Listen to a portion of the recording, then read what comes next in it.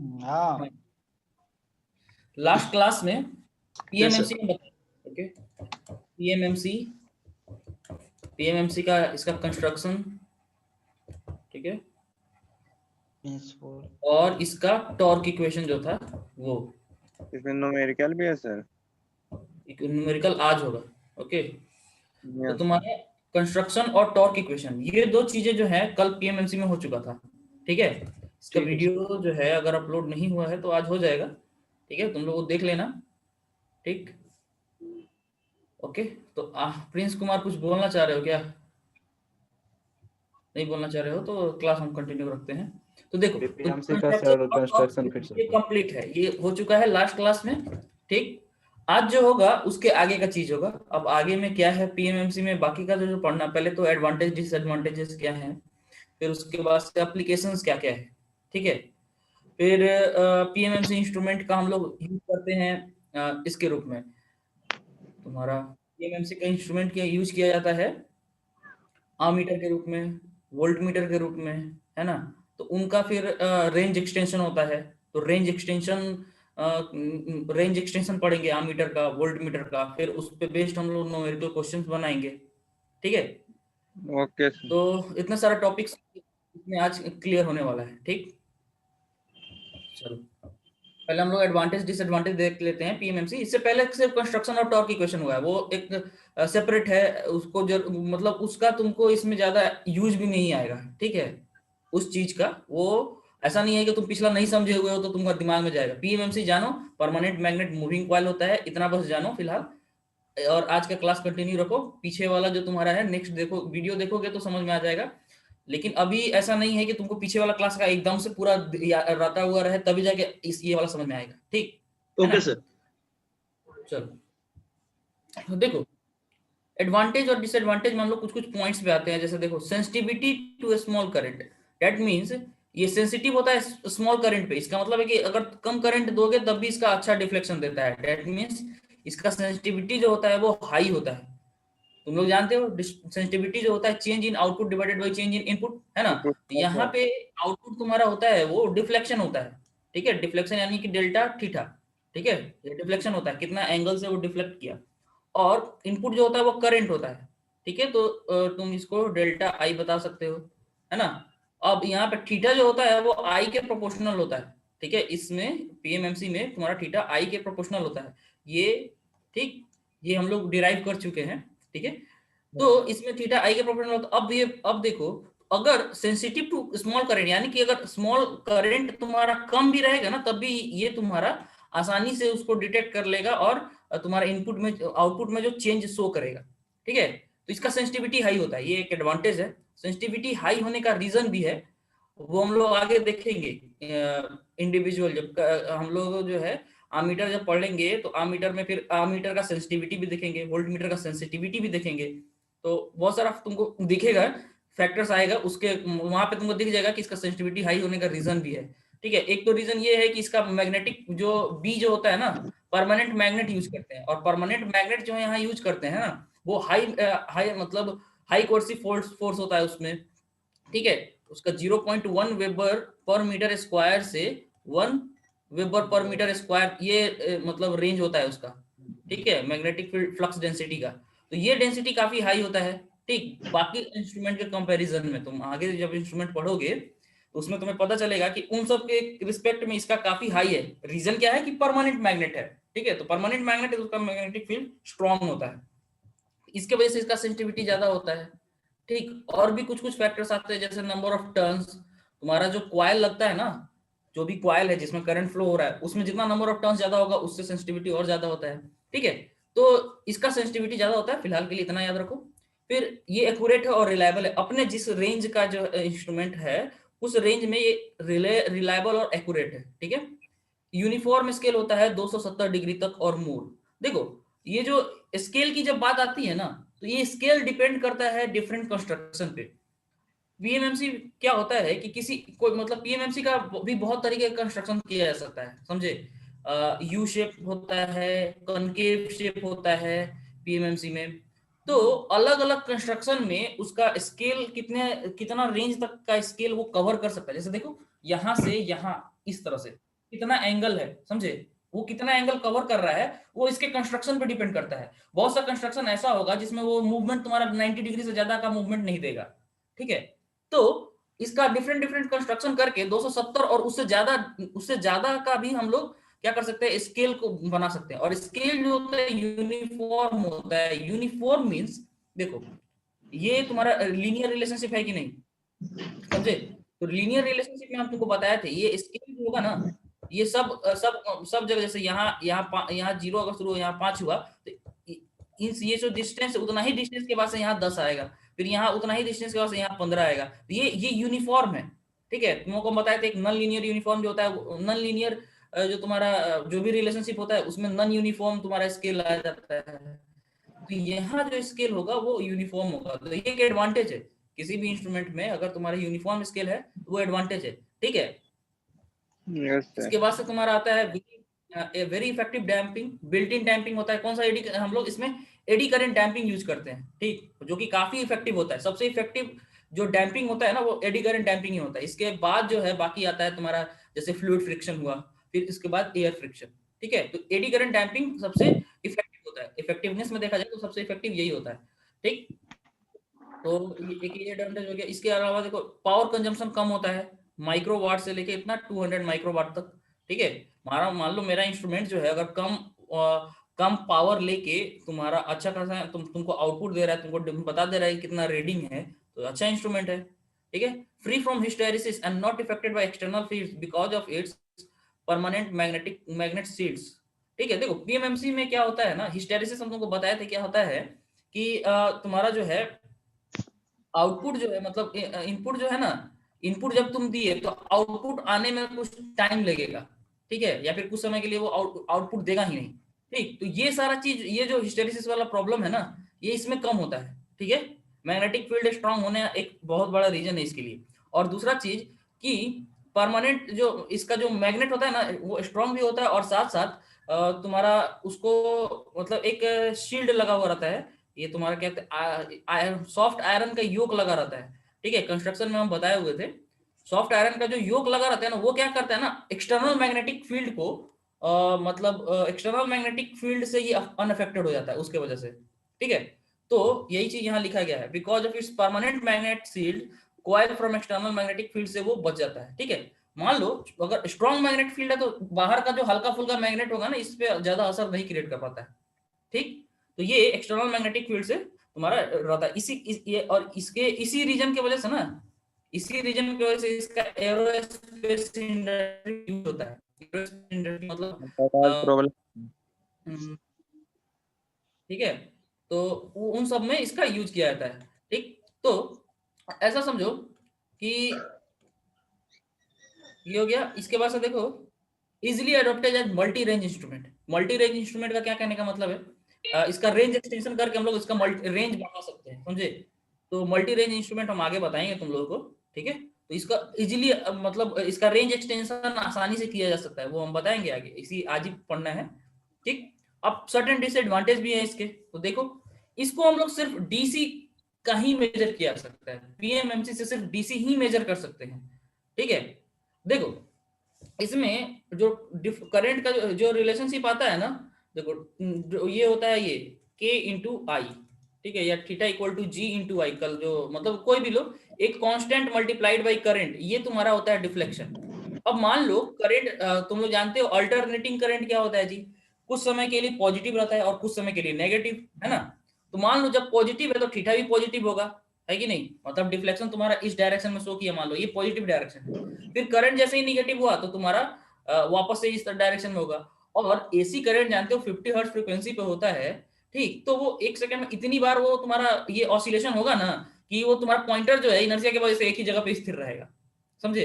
Motion तो इस तरीके से, अगर फ्रीक्वेंसी कम रहता तो वो मोशन इस तरह तुमको देता, लेकिन वो फ्रीक्वेंसी इतना ज्यादा है कि वो वाइब्रेशन से एक ही जगह ऐसे तुम्हारा मतलब एक ही जगह पे स्थिर हो जाएगा, ठीक है। तो मतलब तुम अगर एसी करंट दोगे तो वो कोई तुमको डिफ्लेक्शन शो नहीं करेगा, समझ गए। तो ये एक प्रॉब्लम है इसके साथ, तुम एसी इससे मेजर नहीं कर सकते, ठीक है।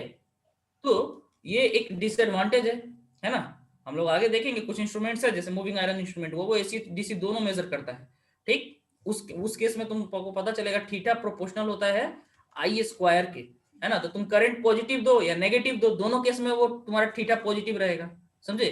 तो ये रिलेशनशिप है, तो यहाँ पे एसी प्लस डीसी दोनों यूज किया जा सकता है, समझ गए। लेकिन इसमें तुम्हारा ये रिलेशनशिप की वजह से ही हम लोग क्या कर रहे हैं, सिर्फ डीसी मेजर कर पाएंगे। क्लियर हो गया तुम लोगों को, समझ गया ना। एसी जब करंट देंगे पीएमएमसी पे तो क्या होगा, ये बात समझ में आई तुम लोगों को। एसी का जब पॉजिटिव साइकिल चलेगा तो करंट, मान लो डिफ्लेक्शन इधर हुआ, ठीक, और नेगेटिव साइकिल में भी जानते हो कि करंट उतना ही मैग्नीट्यूड पे नेगेटिव हो जाता है, तो वापस ये इधर जाएगा, है ना। और लेकिन ये चीज जो होता है ना, इधर से इधर, ये बहुत तेजी से होता है। तो ये तेजी से, इतना तेजी से मूव करेगा ना कि धीरे धीरे ये इनर्शिया से अपने जगह पे ही स्थिर लगेगा कि तुम स्थिर है अपने जगह पे, ठीक है। तो ये मतलब तुमको कोई डिफ्लेक्शन ही नहीं शो करेगा उस केस में, है ना।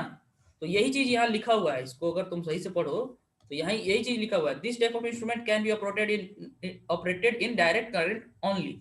In alternating current, the instrument does not operate because in positive half the pointer experiences a force in one direction, and in negative half the pointer experiences force in opposite direction. Due to the inertia of the pointer, it retains its zero position. हम जो बोले ना, है ना, अपने inertia के कारण वो जीरो पोजीशन पे ही रहेगा, वही चीज यहाँ लिखा हुआ है, ठीक है। तो तुम डिसएडवांटेज जब लिखना हो ना, तो तुम सिर्फ इतना ही लिख दोगे, क्या कहते हैं, सिर्फ यही पॉइंट लिख दो, this type of instrument can be operated in direct current only, इतना ही लिख दो तो काम चल जाएगा, समझ गए। ये सब बात ध्यान देना, समझे। तुम अगर डिसएडवांटेज सिर्फ लिख रहे हो तो इतना ही लिख दोगे तो काम चल जाएगा। लेकिन एसी करंट देते हैं तब क्या होता है ना, वही ये ब्रैकेट में लिखा हुआ है, समझ गए। देते हैं तब, तो मान लो किसी को क्या होता है ना, एग्जाम टाइम में लगता है हर एक लाइन रटने, है ना। तो रटना भी है तो बस इतना ही रटना, समझ गए ना।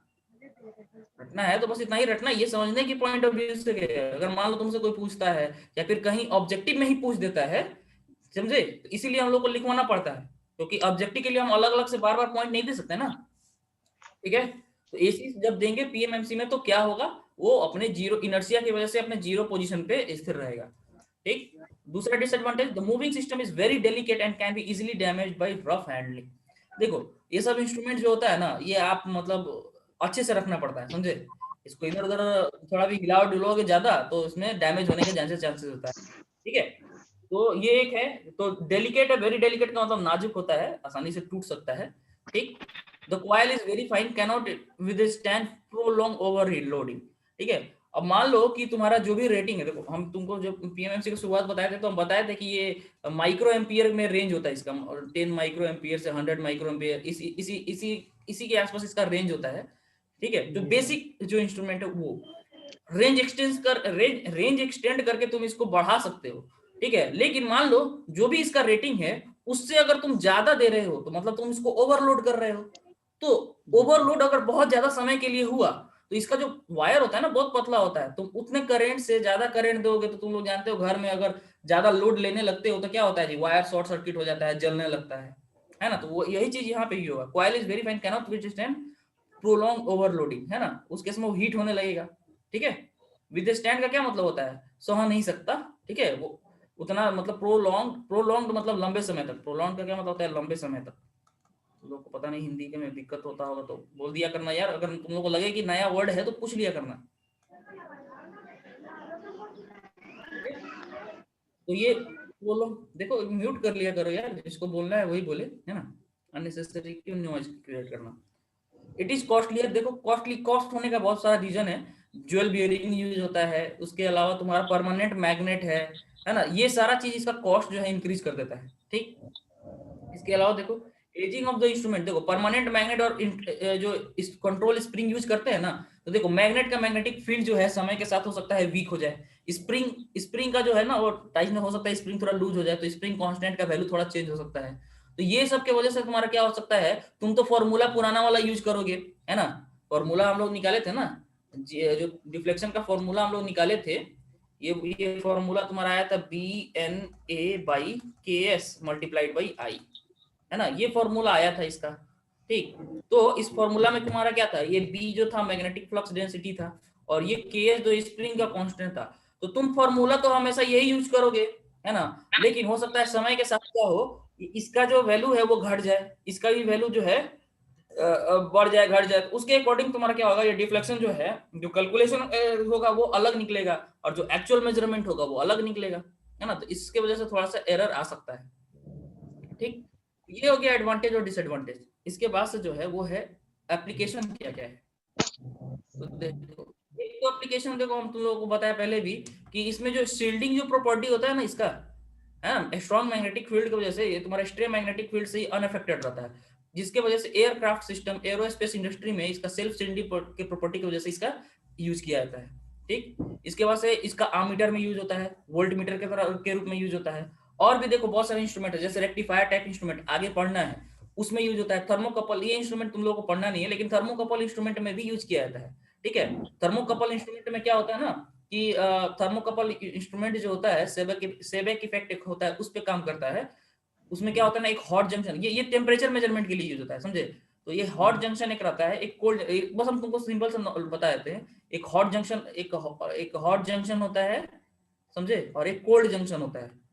ठीक है, तो इन दोनों मतलब यहाँ टेम्परेचर ज्यादा है, यहाँ टेम्परेचर कम है, तो इन दोनों के बीच में एक वोल्टेज क्रिएट होगा, समझे, थर्मल ईएमएफ बोलते हैं। तो इस ईएमएफ को हम लोग पीएमएमसी के वोल्ट मीटर से मेजर कर लेते हैं, तो हमको पता चल जाता है कि यहाँ पर टेम्परेचर कितना है, समझे, है ना। तो थर्मोकपल इंस्ट्रूमेंट में पीएमएमसी का यूज किया जाता है। ठीक, ओम मीटर में ये हम लोग पढ़ेंगे, मेगर पढ़ेंगे, है ना। टैको जनरेटर में, टैको जनरेटर में क्या होता है, तुम्हारा स्पीड के अकॉर्डिंग क्या होता है ना, ईएमएफ जनरेट होता है, और उस ईएमएफ को हम लोग क्या करते हैं, मेजर कर लेते हैं। ठीक है, थर्मोकपल समझे तो सर?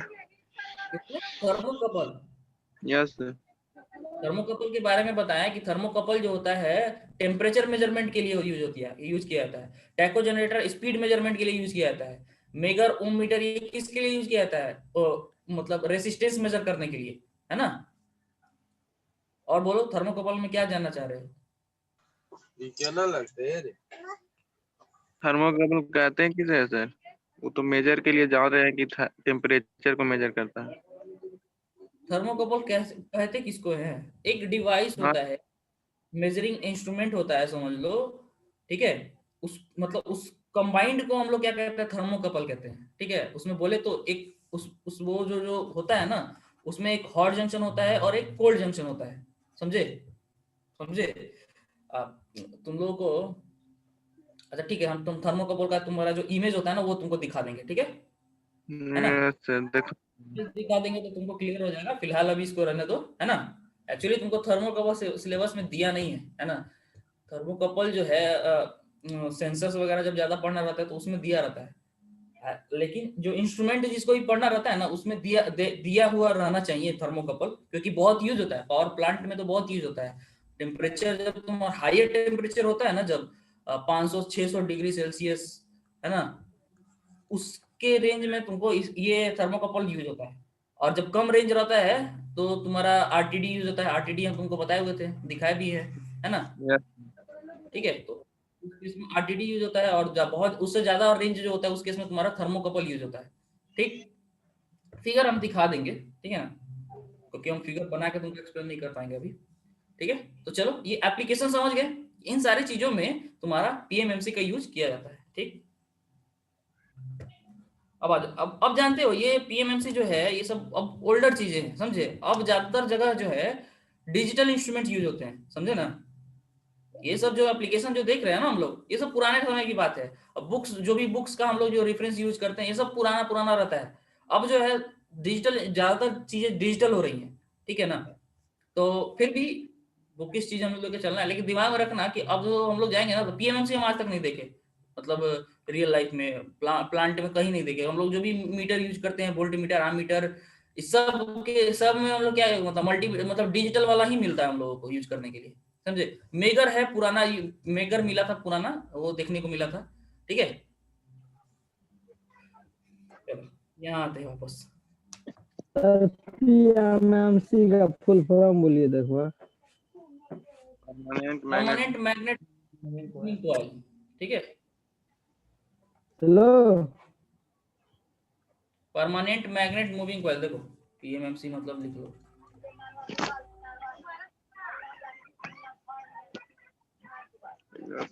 कर लो मेरे भाई।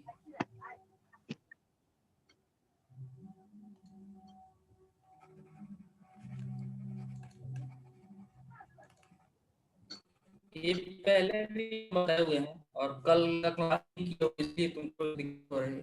ठीक है, तो सिंपलीफाइड डायग्राम है ये पीएमएमसी इंस्ट्रूमेंट। देखो पीएमएमसी इंस्ट्रूमेंट जो होता है, कोई भी इंस्ट्रूमेंट उसमें बोले तुमको, इसमें ये जो मूविंग कॉइल है ना, कॉइल का क्या मतलब होता है, वायर लेके ढेर सारा हम टर्न बना देते हैं, है ना, ढेर सारा टर्न बना देते हैं। मान लो एक एल्युमिनियम का फॉर्मर रहता है, ठीक, उसमें हम लोग क्या करते हैं, ढेर सारा टर्न बना देते हैं। तो ये जो टर्न हम लोग बनाते हैं ना, तो इस टर्न कॉइल रेसिस्टेंस है, तो इसका कुछ ना, ये क्या है, वायर है, इसका कुछ ना कुछ रेसिस्टेंस होगा ना जी, है ना। आइडियली हम ऐसा चाहते हैं कि ये रेसिस्टेंस रहे ही ना, समझे, ये जीरो रहे, लेकिन ये रेसिस्टेंस रहता है। ठीक, तो इसी को हम लोग बोलते हैं मीटर का रेसिस्टेंस आरएम, है ना। तो जब हम लोग इसका डायग्राम बनाते हैं ना, या फिर सिंबल जब भी हम लोग बनाते हैं, उसमें इस आरएम को रिप्रेजेंट करना जरूरी होता है, समझे। ठीक है, ये आरएम हो गया। ठीक, तो कॉपर मटेरियल का होता है, तो ये आरएम तुम्हारा मीटर का रेसिस्टेंस हो गया। और ये जो है डिफ्लेक्शन है, ये डिफ्लेक्शन होगा, ये बता रहा है मीटर है, ठीक है ना। आइडियली तुम्हारा ये आरएम इसमें नहीं रहना चाहिए, लेकिन आरएम तो है ही, तो तुमको ये आरएम इसीलिए हम लोग यहाँ पे शो किए हुए हैं। तो ये तुम्हारा सिंप्लीफाइड डायग्राम हो गया, इसको हम लोग बार बार यूज करेंगे। ठीक है, पीएमएमसी जब भी हम लोग सर्किट में यूज करेंगे ना, तो वहां ऐसा ही सिंबल यूज करेंगे, एक जगह मीटर दिखा देंगे और उसके साथ एक सीरीज में आरएम दिखा देंगे। ठीक, अब इसमें देखो आईएम करंट फ्लो हो रहा है, ठीक है, मीटर का करंट जो है वो आईएम बोल रहे हैं, और मीटर का रेसिस्टेंस जो आरएम है, तो मीटर के अक्रॉस जो वोल्टेज होगा वो वीएम हो जाएगा, VM equal to IM into RM. ये फॉर्मूला दिमाग में रखना है, इस पे न्यूमेरिकल बनेगा, समझ गए ना। ठीक है, अब यस आमीटर, अब आ जाओ, आमीटर होता क्या है। ठीक है, देखो हम लोग को आमीटर पहले जानेंगे, फिर देखेंगे कि आमीटर हम लोग पीएमएमसी से कैसे बनाते हैं। ठीक है, तो देखो आमीटर क्या है भाई, एक मीटर है, मीटर मतलब तुम्हारा मेजरिंग इंस्ट्रूमेंट है, जो यूज किया जाता है किसको मेजर करने के लिए, करंट मेजर करने के लिए। ठीक है, किसके लिए, करंट को मेजर करने के लिए। It is always connected in series, ये पॉइंट याद रखना चाहिए तुम लोगों को, पहले से भी पता होगा कि आमीटर को सीरीज में कनेक्ट किया जाता है। ये 10वां से पढ़ाया जाता है, 8वां से पढ़ाया जाता है हमको लगता है, जब ओम मीटर, जहां जब तो ओम स्लो पढ़े होगे ना, तभी से ये चीज दिमाग में डाला जाता है बचपन से। ठीक, यस इसके अलावा it has very low impedance, ये ऐसा रिक्वायरमेंट है कि इसका इंपेडेंस जो है बहुत ही लो होना चाहिए, क्योंकि ये सीरीज में कनेक्ट किया जाता है। इसका अगर इंपेडेंस बहुत ज्यादा होगा तो ओवरऑल करंट को अपने जैसे ही डालोगे ना, तो लोडिंग इफेक्ट की वजह से वो करंट को कम कर देगा। ठीक है, आइडियली आम मीटर के पास क्या होना चाहिए, जीरो रेसिस्टेंस होना चाहिए, समझ गए। आइडियली क्या होना चाहिए, जीरो रेसिस्टेंस होना चाहिए। और जब तुम देखोगे कुछ कुछ इंस्ट्रूमेंट जो एसी में यूज होता है ना, वहां इंडक्टिव इफेक्ट भी आ जाता है, तो लो रेसिस्टेंस और इंडक्टेंस दोनों कम होना चाहिए, समझ गए। तो लो इंपेडेंस, देखो इंपेडेंस हम यहाँ लिखे हैं, इंपेडेंस क्या होता है जी, इंपेडेंस में तुम्हारा रेसिस्टेंस, इंडक्टेंस, कैपेसिटेंस सबका वैल्यू, इफेक्टिव जो अपोजिशन होता है ना, उसको बोलते हैं, इसीलिए लो इंपेडेंस लिखे हैं यहाँ पे। ठीक, हो गया। बोलो, उनको बोलना दो, म्यूट कर लो यार, जब किसी को बोलना है वही अपना अभी करके, नीतीश म्यूट करो। ठीक है, क्लासिफिकेशन अब देख लो। देखो आमीटर जो है, अब हम लोग किस कंस्ट्रक्शन के हिसाब से अगर हम लोग देखें तो बहुत सारे तरह का आमीटर हो सकते हैं। जैसे देखो पीएमएमसी आमीटर है ना, पीएमएमसी आमीटर हम लोग किस लिए यूज करेंगे जी, डीसी के, सिर्फ डीसी का हम लोग मेजर कर सकते हैं। इसके अलावा मूविंग आयरन, ये हम लोग आगे पढ़ेंगे, तो ये एसी और डीसी दोनों के लिए यूज हो जाएगा। इलेक्ट्रोडायनामोमीटर टाइप आमीटर, ये भी तुम आगे पढ़ोगे, ये भी एसी डीसी दोनों के लिए यूज होता है। रेक्टिफायर टाइप आमीटर, ये एसी के लिए हम लोग यूज करते हैं। ठीक है, तो ये सारा इंस्ट्रूमेंट तो हम लोग किसको पढ़ने वाले हैं अभी, पीएमएमसी वाला। ठीक है, और depending on types of measurement, हम लोग कौन सा मान लो कि कौन सा क्वांटिटी मेजर कर रहे हैं, डीसी या एसी, तो उसके हिसाब से बोल सकते हैं डीसी आमीटर, एसी आमीटर, तो बोलने का अलग अलग नाम है। ठीक, तो हम लोग क्या पढ़ने वाले हैं जी, पीएमएमसी आमीटर। ये जो एग्जांपल एक है, ठीक है, ये जहां पे जो हम एग्जांपल बताए हुए हैं, ये सिंपल एग्जांपल बताए हुए हैं कि आमीटर की वजह से लोडिंग इफेक्ट कैसा होता है। ठीक है, ये एग्जांपल हम आगे भी तुम लोगों को दिखाएंगे। ठीक, ये यही एग्जांपल हम तुमको आगे भी दिखाएंगे। ठीक है, यहाँ पर हम इस एग्जांपल को हटा देते हैं, क्योंकि यही एग्जांपल से हम आगे यूज किए। ठीक है, तो ये वहां पे हम लोग देख लेंगे, यहाँ पे इसको रिमूव कर देते हैं। लोडिंग इफेक्ट आमीटर में कैसे होता है ना, इसको एक अलग टॉपिक करके हम बताए हुए हैं। ठीक है, तो ये तुम्हारा हो गया आमीटर का इंट्रोडक्शन। वोल्ट मीटर क्या होता है, ठीक है, तो वोल्ट मीटर समझो, volt metre is a voltage meter, simple सी बात है, या सिंपल डिफिनेशन में हम लोग बोल सकते हैं, या फिर it is an measuring instrument which is used to measure voltage, ऐसे भी बोल सकते हो, ये बात तुम्हारे पे डिपेंड करेगा, ठीक है। It is a volt meter is a voltage meter which measures voltage between two nodes, ये क्या करता है, दो नोड्स के बीच के वोल्टेज को मेजर करता है, ठीक। इसका यूनिट क्या होता है जी, वोल्ट होता है। तो it is a measuring instrument which measures potential difference between two point, ये भी इसका डेफिनेशन में लिख सकते हो, समझ गए। तो ये डेफिनेशन है, ठीक है, इसको तुम जिस तरह से दिमाग में रखो।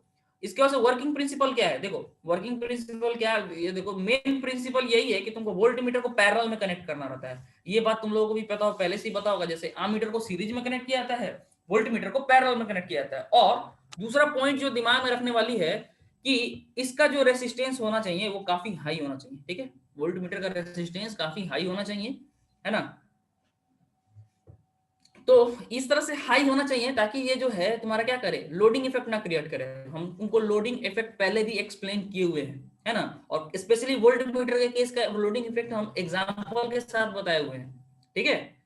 जब हम लोग क्या कर रहे थे, जब वोल्ट मीटर का अपना रेसिस्टेंस जो अगर इसके कंपेरेबल हो जा रहा था, ठीक है, लोड वाले रेसिस्टेंस से वोल्ट मीटर का अपना जो मीटर रेसिस्टेंस है वो तुम्हारा क्या होता है, आपस में बराबर लगभग आ जा रहा था ना, तो तुम्हारा जो ओवरऑल जो करंट है वो रिड्यूस हो जा रहा था, या फिर जो वोल्टेज जो मेजरमेंट कर रहे थे ना लगभग 50% के आसपास आ जा रहा था, मतलब बहुत ज्यादा एरर आ रहा था, ठीक है। इसीलिए अगर वोल्ट मीटर का रेसिस्टेंस बहुत ज्यादा रहेगा तो अपने थ्रू कोई करंट नहीं लेगा, यानी कि पावर कंजम्पशन कम करेगा, है ना। हम लोग लोडिंग इफेक्ट में पढ़े भी थे, जो भी इंस्ट्रूमेंट मेजर करने के लिए लगाते हैं अगर वो ज्यादा पावर कंज्यूम कर रहा है सर्किट से, इसका मतलब उसका लोडिंग इफेक्ट ज्यादा है ना, और उसके वजह से वो क्या करता है, वो करंट को कुछ इधर अपने तरफ ले आया ना, और उसी वजह से क्या होता है, ओवरऑल जो मेजरिंग जो भी तुम क्वांटिटी मेजर कर रहे हो वो डिस्टोर्ट हो जाता है, ठीक है। तो ये चीज हम तुम लोगों को बताए हुए थे पहले, ठीक है। जिसको कंफ्यूजन होगा वो वोल्ट मीटर वाला जाके ना फिर से वो लोडिंग इफेक्ट वाला टॉपिक पढ़ लेना, ठीक है, या फिर वीडियो देख लेना। इसके बाद से तुम्हारा क्या है, यहाँ वर्किंग प्रिंसिपल हो गया। हाँ, ये फिगर है, ये फिगर देख लो। वोल्ट मीटर जब तुम लोगों को मिलेगा ना तो इस तरह से एक नॉब लगा रहता है, देखो ये प्लस वाला है, रेड वाला जो है ये प्लस वाला है पॉजिटिव टर्मिनल के लिए, ये जो है माइनस वाला है नेगेटिव टर्मिनल के लिए, है ना। तो ये जो हम लोग पैरेलल में लगाना रहता है तो हम लोग क्या करते हैं, देखो यहाँ से क्या करेंगे, इसको प्लस वाले को उठाएंगे इधर लेके चले जाएंगे, माइनस वाले को इधर से ले आके इस पे डाल देंगे, समझे ना। इस तरह से हम लोग मतलब इसका कनेक्शन कर देते हैं, ठीक है, इसको हटा देते हैं। चलो, तो वोल्ट मीटर समझ गए। टाइप्स ऑफ वोल्ट मीटर, देखो वोल्ट मीटर वैसे ही जैसे आम मीटर होता है ना, उसी तरह से वोल्ट मीटर किसको पॉसिबल है, देखो पीएमएमसी के थ्रू पॉसिबल है, जो सिर्फ डीसी को मेजर करेगा। तुम्हारा जो है ये भी तुम्हारा मूविंग आयरन सिर्फ एसी और डीसी दोनों करेगा। इलेक्ट्रोडायनामोमीटर ये भी एसी प्लस डीसी करेगा, ठीक है। फिर तुम्हारा रेक्टिफायर ये एसी का करेगा। इंडक्शन टाइप ओनली एसी करता है, ये दिमाग में रखना। इंडक्शन टाइप जो भी इंस्ट्रूमेंट होता है ना सिर्फ एसी को ही मेजर करता है। फिर इलेक्ट्रोस्टैटिक टाइप होता है, फिर तुम्हारा डीवीएम होता है, तुम्हारा डिजिटल वोल्ट मीटर होता है, ठीक। तो इतने सारा टाइप हो सकता है। हम लोग बाकी ये जो सारा इंस्ट्रूमेंट है ना ये हम लोग पढ़ने वाले हैं, समझे। ये सारा इंस्ट्रूमेंट जो है हम लोग पढ़ेंगे, ठीक है, आगे सिलेबस में सब दिया हुआ है। चलो, अब हम लोग क्या कर रहे हैं, आम मीटर बनाएंगे किससे, पीएमएमसी से, ठीक है। तो देखो जो बेसिक पीएमएमसी होता है ना वो आम मीटर ही होता है, क्यों, उसमें करंट देते हैं वो डिफ्लेक्शन देता है। तो बेसिक पीएमएमसी जो होता है वो तुम्हारा क्या होता है, आमीटर ही होता है, वो करंट को ही मेजर करता है, ठीक है। देखो अब basic PMMC can measure current in range. देखो बेसिक पीएमएमसी हुआ मतलब कोई रेंज एक्सटेंशन के लिए अलग से जुगाड़ नहीं किए, उसी को हम लोग बेसिक पीएमएमसी कह रहे हैं। तो वो करंट को मेजर करेगा, और कौन सा रेंज क्या होगा, 10 माइक्रो एम्पियर से 100 मिली एम्पियर तक, समझ गए। इतने रेंज में वो करंट क्या कर सकता है, मेजर कर सकता है। लेकिन उससे ज्यादा अगर दोगे तो वो जल जाएगा, समझ गए मेरे भाई। तो उसके लिए कुछ ना कुछ जुगाड़ करना पड़ता है ना। तो वो जुगाड़ क्या है वो हम लोग देखते हैं, ठीक है। तो देखो ये पीएमएमसी हम बताएं, तो देखो इसका मीटर का इस तरह से हम सिंबल दे दिए हैं, आरएम दे दिए हैं, ठीक। लोड के साथ सीरीज में कनेक्ट किया हुआ है, इसमें करंट कितना फ्लो रहा है, आईएम का रेंज कितना रहना चाहिए, 10 माइक्रो एम्पियर से 100 मिली एम्पियर, इससे ज्यादा नहीं देना है हमको। ऐसा जुगाड़ करना है कि किसी भी हालत में इस पीएमएमसी से इतना 100 मिली एम्पियर से ज्यादा करंट ना जाए। ये अलग अलग मतलब ये रेंज दिया हुआ है, ये तुम्हारा जो है ना मतलब जो इंस्ट्रूमेंट दिया रहता है ना उसके स्पेसिफिकेशन में मेंशन रहता है, ठीक है। अगर तुम्हारा दिया हुआ तो हमको ऐसा जुगाड़ करना है कि इसमें किसी भी हालत में इससे ज्यादा करंट ना फ्लो हो, ठीक है। तो हम लोग क्या करते हैं जानते हो, इसके लिए एक शंट लगा देते हैं। शंट का मतलब क्या है, पैरेलल में एक रेसिस्टेंस कनेक्ट करते हैं और रेसिस्टेंस का वैल्यू जो है कम रखते हैं, ठीक है। तो उससे क्या होता है, जो जितना भी ज्यादा करंट है ना, ज्यादा करंट इधर से पास कर जाएगा और कम करंट इधर से पास करेगा, है ना। तो अब हम लोग को डिसाइड करना है ना कि इधर तो मैक्सिमम करंट हम लोग इतना ही डाल सकते हैं, तो उसके लिए इसका वैल्यू हम लोग कैलकुलेट कर लेते हैं। इसके और इसके वैल्यू, इसका वैल्यू अगर हमको पता है, आरएम का वैल्यू अगर हम लोग को पता है ना, तो इससे हम लोग ये आरएसएस का वैल्यू आसानी से निकाल सकते हैं, ठीक है। तो देखो रेंज एक्सटेंशन, रेंज एक्सटेंशन में क्या करते हैं, the moving coil has a very fine wire से हम लोग इसको करते हैं, it can carry only a few milliampere safely to give a full scale deflection. ये पॉइंट तो तुमको क्लियर हो गया है ना, मतलब इतना मिली एम्पियर से, सर्टेन मिली एम्पियर से ज्यादा तुम करंट नहीं दे सकते, उतना ही पे वो फुल स्केल डिफ्लेक्शन देगा। फॉर मेजरिंग हायर करंट, है ना, ज्यादा करंट मेजर करने के लिए a low resistance is connected in parallel to the instrument to bypass the major part of the current, है ना। हम लोग क्या करते हैं, पैरेलल में एक रेजिस्टेंस कनेक्ट कर देते हैं, जो क्या करता है, वो जो क्या करता है कि तुम्हारा मेजर पार्ट ऑफ करंट को बाईपास कर देता है, समझ गए। अब देखो the low resistance connected in parallel with the coil is called shunt. अब ये जो रेजिस्टेंस कनेक्ट किया है ना पैरेलल में, उसी को हम लोग बोलते हैं शंट, समझ गए। शंट क्या है, पैरेलल में कनेक्ट किया गया उसको शंट कह रहे हैं, और इसका रेजिस्टेंस का वैल्यू जो होता है वो कम होता है, ठीक है। इस मीटर का रेजिस्टेंस में बहुत कम होता है, और उसका वैल्यू दिया कैसे जाता है, उसके लिए फॉर्मूला है, ये फॉर्मूला दिमाग में रखना है, और यही फॉर्मूला पूछता है। आरएसएस का वैल्यू होता है RSS equal to RM, RM जहां पे मीटर का रेजिस्टेंस है, डिवाइडेड बाई एम माइनस 1, जहां एम क्या है, ये एम जो है आई बाई आई एम। आई क्या है जी, आई जो होता है तुम्हारा, जो तुम्हारा करंट जिसको मेजर करना है, आई तुम्हारा जो भी सप्लाई का जो करंट है ना, वो हो गया, ठीक है। आई बराबर I am plus I S H होगा। देखो ये आई जो होगा करंट, ये टोटल करंट जाके यहाँ आई एम और आई एस एच ये दोनों में बढ़ जाएगा, समझ गया ना, ठीक है। तो न्यूमेरिकल करा इस तरह से दे। तो तुम्हारा, ठीक है, और यही फॉर्मूला यूज करेंगे आगे, हम लोग दिखाएंगे तुमको कैसे यूज करेंगे। अरे इस पर न्यूमेरिकल बता दीजिए ना लगता है राज सर आ गए। हाँ न्यूमेरिकल बताएंगे, तुम क्यों टेंशन ले रहे हो, न्यूमेरिकल तो आगे है, ठीक है। बिना हम फॉर्मूला जो है, जो न्यूमेरिकल बताना है ना, उसको छोड़ेंगे नहीं, ठीक है। ठीक है, देखो यहाँ पे ये न्यूमेरिकल इसका पूरा बताया हुआ है, समझे, घबराने की बात नहीं है ना, न्यूमेरिकल एक्सप्लेन करेंगे, उसके लिए टेंशन मत करो, ठीक। तो ये फॉर्मूला हो गया।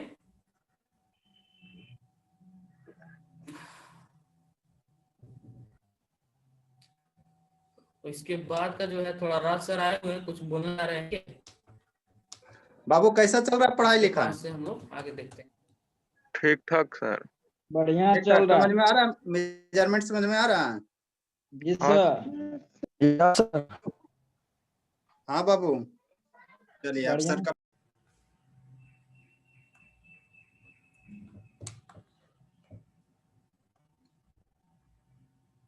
यहां तक तो सबको क्लियर हो गया ना। रेंज एक्सटेंड करने के लिए हमने क्या किया, एक पैरेलल में एक रेसिस्टेंस कनेक्ट किया, है ना। तो पैरेलल में जो ये जो रेसिस्टेंस है ना, इसी को हम लोग कहते हैं शंट। कोई दिक्कत? पैरेलल में जो रेसिस्टेंस कनेक्ट किए हैं, इसी को हम लोग कहा जाता है शंट, ठीक है। रेलवे वगैरह में भी तुम लोग शंट सुने होंगे, मेन लाइन एक रहता है, उसको बाईपास करने के लिए शंट का यूज किया जाता है, समझे, ठीक है।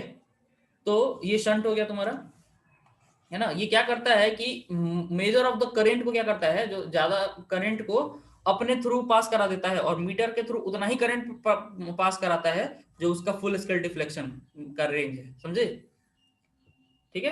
तो ये हो गया तुम्हारा। वापस हम लोग क्वेश्चन पे आ जाते हैं। क्वेश्चन तुम्हारा फिर से सुन लो, क्या है कि पीएमएमसी जो है full scale deflection 1 milliampere के लिए शो करता है, ठीक। अब हम क्या चाहते हैं कि we want to extend the range to 10 ampere. हम रेंज कितना बढ़ाना चाहते हैं, 10 एम्पियर पे। Find the shunt resistance value, shunt resistance का वैल्यू कितना होगा वही निकालना है, ठीक है। यहाँ फिगर में तुमको दिखाया है, आरएम का वैल्यू ऑलरेडी दिया हुआ है ना। आरएम मीटर का रेसिस्टेंस है, 1 ओम दिया हुआ है, तो मीटर का करंट कितना दिया हुआ जी, 1 मिली एम्पियर, ये बताया है ना, फुल स्केल डिफ्लेक्शन इतना पे होगा। और तुमको कितना रेंज एक्सटेंड करना है, 10 एम्पियर। तो 10 एम्पियर ये क्या है, आई का वैल्यू है ना, यही ना एक्सटर्नल करंट है, ठीक है। तो आरएसएस का फॉर्मूला क्या होता है, यही निकालना है हम लोगों को। आरएम दिया हुआ है, तो आरएसएस का फॉर्मूला होता है RM by M minus 1।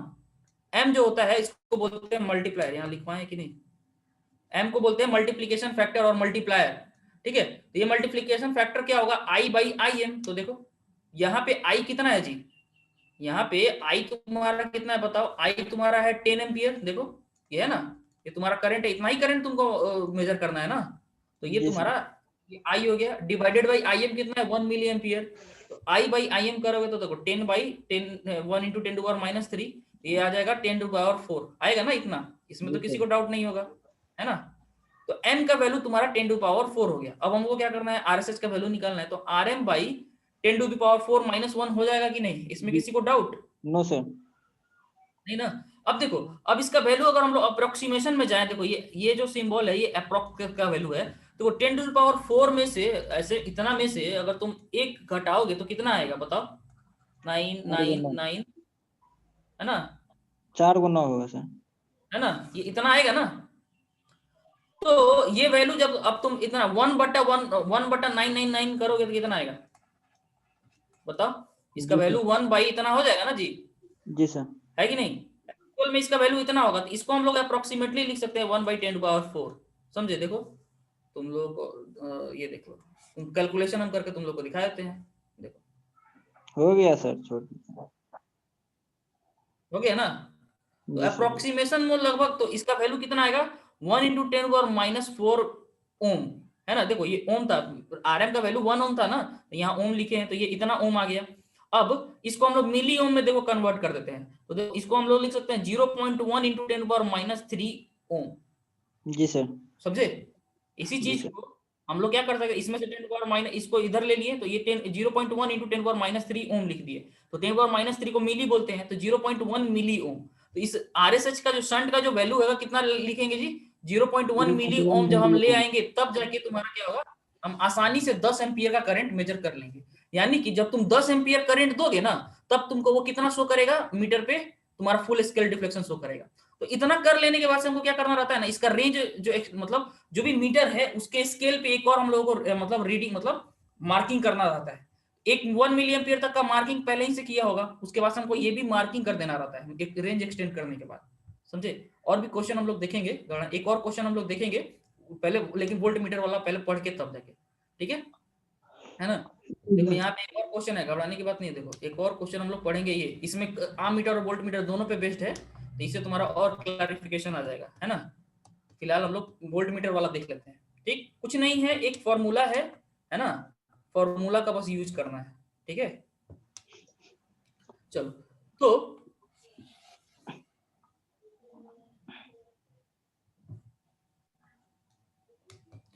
Volt meter using PMMC, है ना। अब देखो क्या बोले कि मान लेते हैं जो तुम्हारा जो आईएम जो है मीटर का जो करंट है उसका रेंज है 10 माइक्रो एम्पियर से 100 मिली एम्पियर तक, है ना। इससे ज्यादा हम लोग नहीं दे सकते, मान लो यही रेंज है, ठीक। तो वीएम का क्या होगा, वीएम बराबर तुमको पता है आईएम इंटू आरएम, है ना। जी सर। तो आरएम का वैल्यू जो है दिया रहता है, हो सकता है 1 ओम हो, 2 ओम हो, 3 ओम हो, जो भी है, किलो ओम में जो भी हो, तो आरएम का वैल्यू जो है वो दिया रहता है। तो हम मानते हैं for RM equal to 1, 1 ohm RM अगर दिया हुआ है, ठीक है, हम यहाँ पे एज्यूम किए हुए हैं उसको, तुमको एग्जाम में क्वेश्चन में दिया रहेगा, ठीक है। तो आरएम के 1 वैल्यू के लिए वीएम का वैल्यू कितना होगा जी, मैक्सिमम मतलब वीएम का जो रेंज होगा वो 10 microampere multiplied by 1 ohm to 100 milliampere multiplied by 1 ohm. तो वीएम का जो रेंज हो जाएगा वो 10 माइक्रो वोल्ट से 100 मिली वोल्ट तक हुआ कि नहीं, ये रेंज हो गया basic volt meter, basic PMMC voltmeter का रेंज इतना होगा, समझ गए। बेसिक वोल्ट इसका रेंज इतना होगा, है ना, ठीक है। अब देखो वोल्टेज मेजरमेंट का एक एग्जांपल है, अभी रेंज एक्सटेंड नहीं किया है, बस वोल्ट मीटर बता रहे हैं। तो वोल्टेज मेजरमेंट का एक एग्जांपल है, देखो जैसे मान लो तुम्हारे पास एक सर्किट है, ठीक। ये सर्किट जो है तुम्हारा, इसमें अभी देखो शुरुआत में क्या है, ये सर्किट बस ऐसा ही है, ठीक है। ये तुम्हारा एक सिंपल सर्किट दिया हुआ है, ठीक है ना।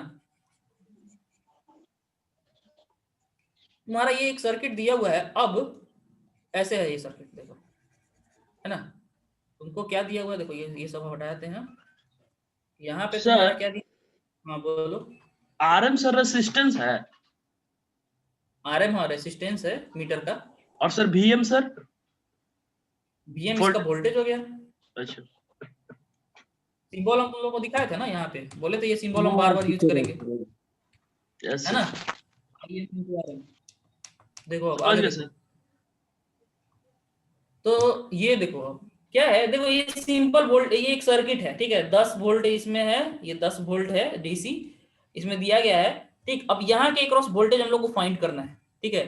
एक तो तुम कैलकुलेशन से करके निकाल लोगे, है ना, और फिर तुम दूसरा क्या करोगे कि मीटर वोल्ट मीटर लोगे, कनेक्ट करोगे, तो वोल्ट मीटर को पैरेलल में कनेक्ट करना होगा, है ना।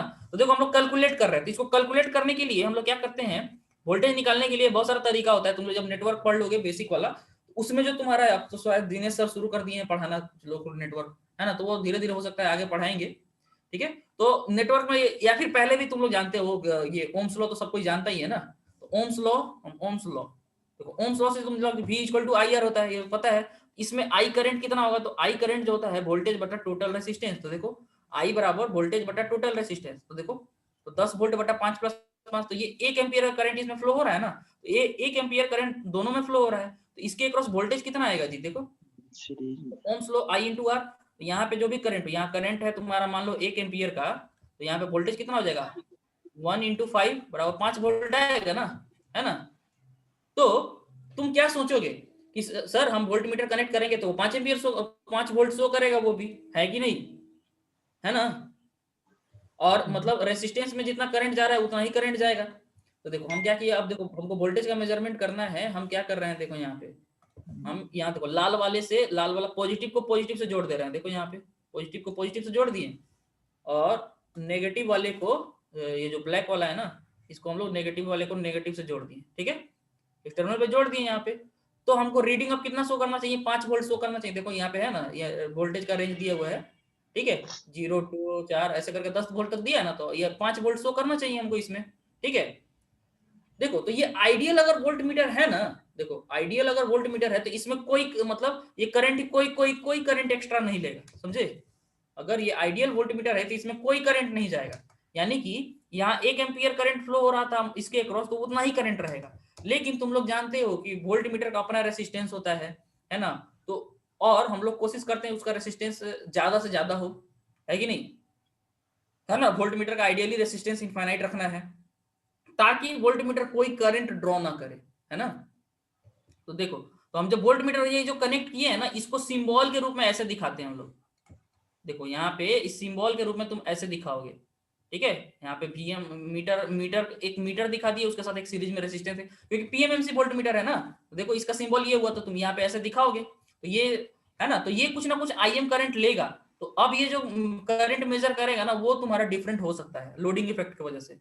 ये लोडिंग इफेक्ट वाला एग्जांपल तुम लोग को पढ़ना वहां से क्लियर हो जाएगा, ठीक है। तो ये बात तुमको क्लियर हो गई कि हमको मेजरमेंट करना है, तो इस तरह से सर्किट बनेगा और इस तरह से मेरा उसका मतलब देखो एक्चुअल मेजरमेंट इस तरह से होगा, लेकिन हमको सर्किट में हम लोग इस तरह से उसको रिप्रेजेंट करेंगे। इतना तो क्लियर हो गया ना जी तुम लोगों को। Yes sir. Yes sir.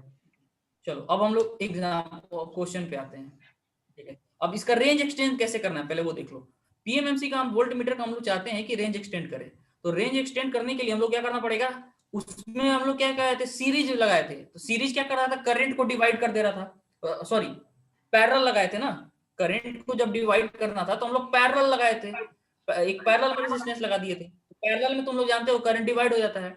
Similarly voltage जो है डिवाइड होता है सीरीज सर्किट में, तो हम लोग क्या करते हैं, एक रेजिस्टेंस कनेक्ट कर देते हैं सीरीज में, तो वोल्टेज जो है वो बढ़ जाता है। तो वोल्टेज ये सीरीज जो है, इस सीरीज रेजिस्टेंस का वैल्यू काफी हाई होना चाहिए, समझे।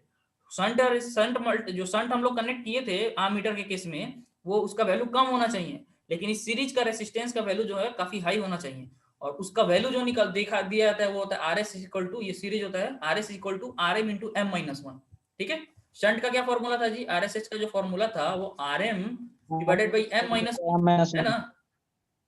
है ना, बट्टा में था फॉर शंट, ठीक है। ये था, लेकिन यहाँ पे सीरीज के लिए यहाँ पे ये कर रहे हैं, जहां एम का वैल्यू वैसे ही है v बाई वी एम, समझ गए। v तुम्हारा एक्सटर्नल है जिसको हमको एक्सटेंडेड रेंज है, और vm तुम्हारा मीटर का अपना रेंज है, ठीक है, समझ गया ना। ठीक, तो ये ऐसा हो गया, तो इस तरह से हम लोग रेंज एक्सटेंड कर सकते हैं। अब आगे आओ, अब एक क्वेश्चन है, अब ये क्वेश्चन दिमाग से बोलो, ठीक है। अब इस पे क्वेश्चन बना लिखे क्या सर, बार पढ़। हाँ ये सर ये जी सर पढ़ दीजिए एक बार। अच्छा, range extension of PMMC volt meter. दिक्कत हो रहा है तुम लोगों को तो हम फिर से लिख देते हैं। देखो इस बार थोड़ा अच्छे से लिखाएगा।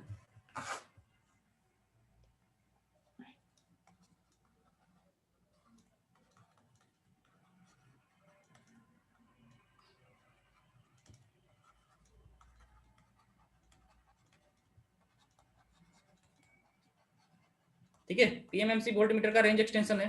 देखो इसमें लिखे हैं to extend the range of PMMC. ठीक है, इसके रेंज को एक्सटेंड करने के लिए हम क्या करते हैं, a suitable series multiplier resistance is connected. समझे? जी सर हो गया। Connected with PMM with basic PMMC.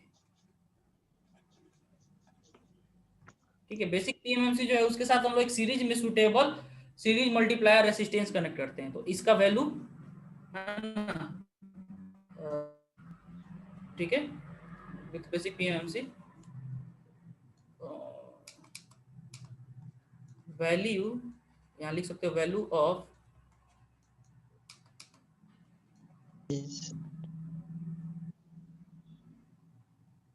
ठीक है,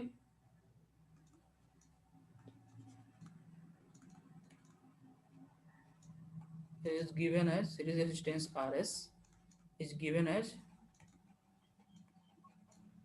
देखो इससे दिया जाता है जहां m का वैल्यू v by bm है। ठीक है, ये हो गया रेंज एक्सटेंड करने के लिए हम लोग यही जुगाड़ करते हैं। ठीक, अब क्वेश्चन देख लो।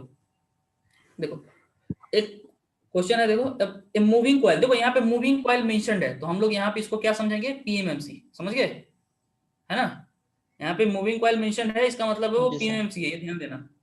तो a moving coil instrument has resistance of 5 ओम। तो यहाँ 5 ओम क्या दिया है, आरएम है। बोले थे ना अलग अलग इंस्ट्रूमेंट में तुम्हारा क्वेश्चन में दिया रह सकता है। ठीक है, तो मीटर का इंस्ट्रूमेंट का रेजिस्टेंस कितना है, 5 ओम। तो ये 5 ओम क्या हो गया, आरएम हो गया, है ना? And gives a full scale deflection of 10 millivolt. तो ये वीएम दे दिया है तुम्हारा, है ना? तो तुमको आरएम पता चल गया और फुल स्केल डिफ्लेक्शन, तो ये वीएम भी पता चल गया। Show how the instrument may be used to measure a voltage up to 50 volt. तुमको इस इंस्ट्रूमेंट को 50 वोल्ट मेजर कराना है तो कैसे करवाओगे? दूसरा, करंट 10 एम्पियर का मेजर कराना है तब कैसे कराओगे? ठीक है, तो तुम्हारा देखो, तुम्हारा क्या ये गिवन है, देखो तुम्हारा क्वेश्चन में गिवन क्या क्या है, देखो पीएमएमसी दिया हुआ है, आरएम दिया हुआ है, वीएम दिया हुआ है ना? तो इससे हम लोग सिंबल ये बना लिए, देखो आईएम आरएम, है ना? तो आईएम कितना हो जाएगा जी, आईएम क्या होगा तुमको बताया थे, VM equal to IM into RM होता है ना? तो आईएम का वैल्यू कितना हो जाएगा, वीएम बटा आरएम, है ना? तो यहां से निकल गया वीएम बटा आरएम, ये तो 2 मिली एम्पियर आ गया आईएम का वैल्यू। ठीक, अब चलो क्वेश्चन का ए पार्ट जो है, बोला कि वोल्टेज हमको 50 वोल्ट तक मेजर करना है। तो हम लोग क्या किए, to extend voltage range a series resistance is added. बोला था ना कि आपको 50 वोल्ट करना है, तो उसके लिए क्या करेंगे, तो तुम लिखोगे कि 50 वोल्ट आपको हमको रेंज एक्सटेंड करना है, वोल्टेज रेंज, तो हम क्या करेंगे, एक सीरीज में रेसिस्टेंस ऐड कर देंगे। तो सीरीज में एक रेसिस्टेंस ऐड कर दिए, है ना?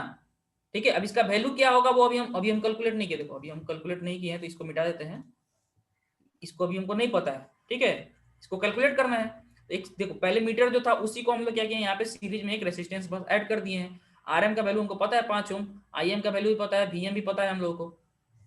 ठीक है, तो इस सीरीज रेसिस्टेंस का वैल्यू कैसे निकलता है, RS equal to RM into M minus 1, ये फॉर्मूला है इसका। ठीक है, जहां एम का वैल्यू कैसे निकलेगा, वी बटा वीएम। तो वी क्या है तुम्हारा, 50 वोल्ट मेजर करना है, तो 50 बटा वीएम कितना था, 10 मिली वोल्ट। 10 मिली को ऐसे लिख दिया, तो ये इसका जो एम का जो वैल्यू आया वो 5000 आया, है ना? ठीक है, एम का जो वैल्यू आया कितना आया, 5000। तो आरएस का वैल्यू कितना हो जाएगा, 5 इंटू 5000 माइनस 1, तो 5000 इंटू 4999, है ना? ठीक है, तो इसका जो वैल्यू निकाले हो तो लिखा इतना आया है। ठीक, इसको जब कैलकुलेट किए हो तो इतना आया है। ठीक है, अब इसको तुम क्या लिख सकते हो, देखो इसको, इसी चीज को हम लोग इस तरह से लिख सकते हैं। ठीक है, 3 अंक के बाद से दशमलव यहाँ पे नहीं है, तो इसको इस तरह से लिख सकते हैं ना, इसमें लिखने में किसी को दिक्कत नहीं है ना जी, दशमलव इस तरह से दिए हैं तो। ठीक है, तो इसको किलो में हम लिख दिए ना, 24.95। Please mute.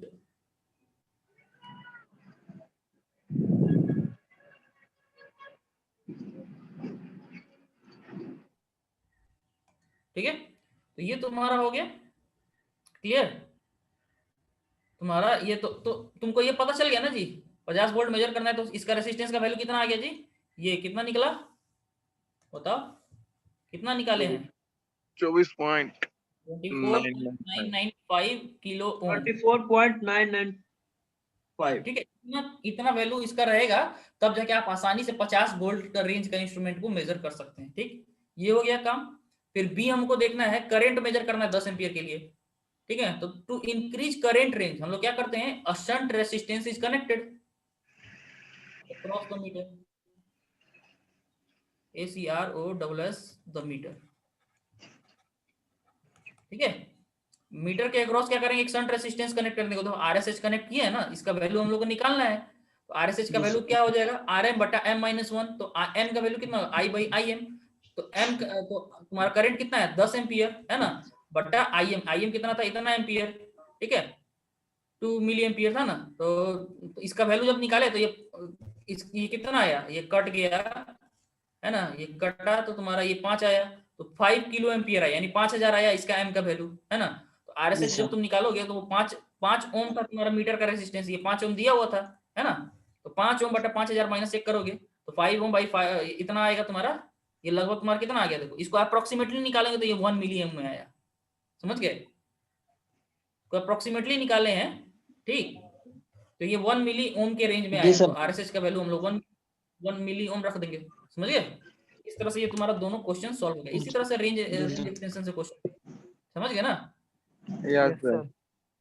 ठीक है, अब इसके बाद से देखो, इतना जो तुम काम तो कर लिए हो, आफ्टर एडिंग रेसिस्टेंसेस, ठीक है, after adding resistances to increase the range, scale also need to be modified. जो स्केल है ना, जो तुम्हारा शो कर रहा है, उसको भी तो मॉडिफाई करना पड़ेगा, तब ना तुमको पता चलेगा कि कहां तक हम मेजर कर पा रहे हैं। तो देखो, तुम्हारा बेसिक आर्म मीटर जो अगर था तुम्हारा, देखो यहाँ पे मान लो बेसिक आर्म मीटर जो था वो क्या कर रहा था, 2 मिली एम्पियर तक मेजर कर रहा था ना, तो उसका स्केल इस तरह से बटा हुआ था, मान लो यहाँ से 0 के पास 0.5 milliampere, 1 milliampere, 1.5 milliampere, 2 milliampere, इस तरह से बटा हुआ था उसका स्केल, है ना। तो तुम क्या किए, अब देखो इस बेसिक आर्म मीटर था, अब इस बेसिक आर्म मीटर में हम लोग किससे मल्टीप्लाई कर दिए, अगर RM से मल्टीप्लाई कर दें, है ना, तो VM निकल जाता है। ठीक है, तो ये ग्रीन के लिए देखो इसका मैक्सिमम वैल्यू कहां तक है, 10 मिली वोल्ट, देखो यहाँ पे है ना, 10 मिली वोल्ट था VM, तो उसका ये रेंज यहां तक रहेगा। अब हम लोग क्या किए, रेंज एक्सटेंड किए, तो रेंज एक्सटेंड करने के लिए क्या किए, VM में 5000 से मल्टीप्लाई कर दिए है ना जी, है कि नहीं, VM में 5000 से मल्टीप्लाई कर दिए हैं। ठीक है, तो देखो अब इसी में देखो, इस सब में 0 में 5000 से मल्टीप्लाई कर दिए हैं, 2.5 में 5000 से मल्टीप्लाई कर देंगे तो कितना आएगा, 12.5 आएगा, और ये इसमें 5000 से मल्टीप्लाई करेंगे तो 25 आएगा, इसमें करेंगे तो इतना आएगा। ठीक है, तो अल्टीमेटली देखो, तो एक्सटेंडेड वोल्ट मीटर का ये है, समझे, ये तुम्हारा एक्सटेंडेड वोल्ट मीटर का स्केल है। स्केल तुम्हारा इस तरह से रहेगा, तुम्हारा मीटर पे ये सारा चीज शो किया हुआ रहेगा, समझे, ये मल्टी रेंज हो गया ना एक तरीके से, रेंज तुम बढ़ा दिए ना, तो इस तरह से तुम्हारा मीटर पे शो किया हुआ रहेगा। फिर तुम्हारा करंट को एक्सटेंड किए हो तो तुम्हारा स्केल तुमको इस तरह से बताना पड़ेगा, उसमें कितना से मल्टीप्लाई करना पड़ेगा, IM में 5000 से मल्टीप्लाई कर दोगे तो इतना आ जाएगा, समझ गए। तो इस तरह से तुम्हारा रेंज जो है बढ़ा दिए, समझ गए, इतना काम कर लेंगे तो रेंज एक्सटेंशन वाला काम कंप्लीट हो जाएगा। यहाँ तक सबको समझ में आ गया। Yes sir. तो आज के क्लास हम इतना ही रखेंगे।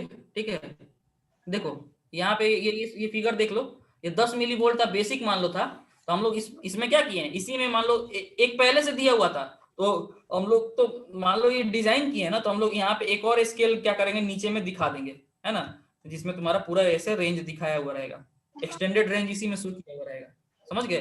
तो यहाँ पे एक सिंगल था ना, वैसे यहाँ पे 3-4 को हम लोग को शो करना पड़ेगा। ठीक है, अच्छा एक और पॉइंट देख ही लो, शंट जो हम लोग यूज किए ना, ठीक है, जो शंट यूज किए हैं उसके लिए कौन सा मटेरियल यूज किया जाता है, वो मैग्नीन यूज किया जाता है। डीसी करंट के लिए मैग्नीन यूज होता है। तुम लोग आगे पढ़ोगे कि जब एसी में जब मूविंग आयरन वगैरह इंस्ट्रूमेंट होता है ना, उसमें हम लोग क्या करते हैं, उसमें भी हम लोग शंट यूज करते हैं। तो उस केस में हम लोग एसी के लिए जब भी हम लोग मेजर करते हैं ना, तब कॉन्स्टेंटेंट मटेरियल एक होता है, उसका यूज करते हैं। ठीक है, तो ये याद रखना, ऑब्जेक्टिव के लिए इंपॉर्टेंट है, समझ गए। दूसरा पॉइंट क्या है शंट का, it should be able to carry large current without overheating. तुम लोग जानते हो शंट का रेसिस्टेंस का वैल्यू बहुत कम होता है और शंट के थ्रू ज्यादा करंट पास करता है, इसीलिए शंट जो है लार्ज करंट मतलब कैरी कर सके, इसकी कैपेबिलिटी उसमें होनी चाहिए, है ना। थर्ड पॉइंट है shunt resistance should not very with time. Resistance उसके टाइम के साथ वेरी नहीं करना चाहिए भाई, टाइम के साथ वेरी कर जाएगा तो तुम्हारा एरर शो करने लगेगा, तो रेसिस्टेंस का वेरी नहीं करना चाहिए। ठीक, चौथा property, it should have a low temperature coefficient of resistance. Temperature बढ़ने के साथ उसका जो टेम्परेचर कोफिशिएंट जो है वो बहुत कम रहना चाहिए, मतलब टेम्परेचर बढ़ने के साथ उसका रेसिस्टेंस ना चेंज हो, हमारा रिक्वायरमेंट ये भी रहना चाहिए, ठीक है। लो ये चीज होना चाहिए लो, समझ गए, ठीक है। सीरीज मटेरियल जो सीरीज मल्टीप्लायर होता है जो वोल्ट मीटर में यूज करते हैं उसके लिए हम लोग यूरेखा एक मटेरियल है, ठीक है। उसका डिटेल नहीं जानता है क्या आपके मटेरियल कैसे बनता है वो सब नहीं जानना है, यूरेखा मटेरियल बस इस नाम याद रखो, ठीक है। ये यूरेखा मटेरियल यूज होता है किसके लिए, सीरीज मल्टीप्लायर के लिए।